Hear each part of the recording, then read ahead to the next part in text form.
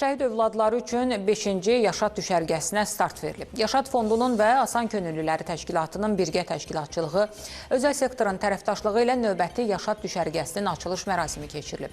Ümumilikdə 400-ə yaxın şəhid övladının iştirakı nəzərdə tutulur. 7 həftə davam edəcək düşərgə proqramı ərzində uşaqlar üçün əyləncəli və maarifləndirici fəaliyyətlər, təlimlər, teatr tamaşaları, ekskursiyalar, tanınmış şəxslər və qurum rəhbərləri ilə görüşlər təşkil olunacaq. Eyni zamanda psixoloqların iştirakı ilə fərdi və qrup terapiyaları, konsultasiyalar, konsert proqramları keçiriləcək. Hər bir düşərgə 5 gecə 6 gün əhatə edir. Düşərgələrdə şəhidlərimizin 10, 11, 12, 13 yaş kateqoriyalarından olan övladlarının iştirakı nəzərdə tutulur. Açılış mərasimində Yaşad Fondunun rəhbəri Qarabağ qazisi Elvin Hüseynov və digər qonaqlar iştirak edərək uşaqlara düşərgə müddətində həyata keçiriləcək fəaliyyətlər barədə məlumat verib, onlara uğurlar arzulayıblar. Düşərgənin ilk günü iştirakçılardan Elçin Ömərovun doğum günü də qeyd olunub.